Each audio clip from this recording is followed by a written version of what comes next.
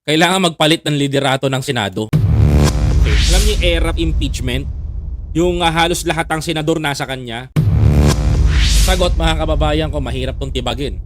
Mga kababayan, pero wala namang pader na hindi nagigiba, mga kababayan ko eh.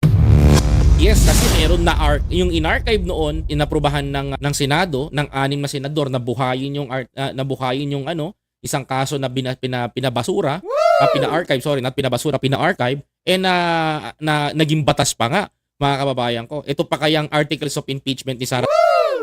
Ngayon, paano mangyayari ito, mga kababayan ko? Ang sagot, mga kababayan ko, mahirap tong tibagin. Mga kababayan, pero wala namang pader na hindi nagigiba, mga kababayan ko eh. Kailangan magpalit ng liderato ng Senado. Mga kababayan ko. Kailangan magpalit ng liderato ng Senado, mga kababayan. Kung archive, at any time, kung halimbawa mabago yung liderato ng Senado at nagbago yung hihip ng hangin o kaya nagbago isip ng mayorya. Ayan, di ba? At naisipang i-pull out, anytime yun pwedeng i-pull out. Yun. Unless, yung magiging ruling tong Korte Suprema will go one step further. Nasabihin nila na parang mandatory na kailangan mag-reconvene yung Senado at mag-trial.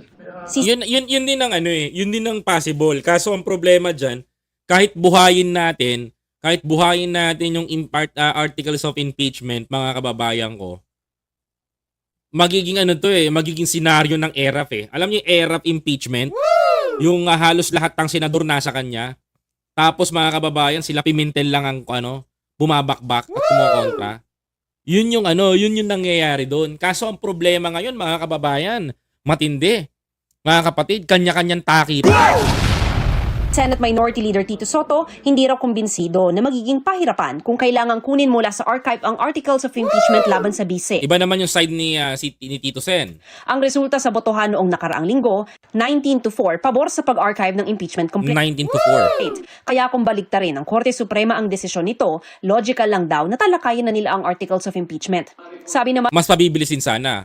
Sagot naman ni very kampante siya dito. ni Senador Rodante Marcoleta, hindi na kailangang magbotohan pa sakaling baguhin ng Korte Suprema ang desisyon nito. Correct. Kung sakali, otomatikong magta-trial na raw sila.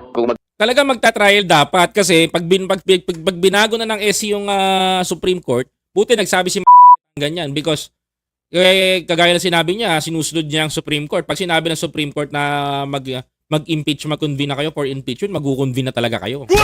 Karoon ng milagro na hindi inaasahan. Milagro. The word is milagro for today.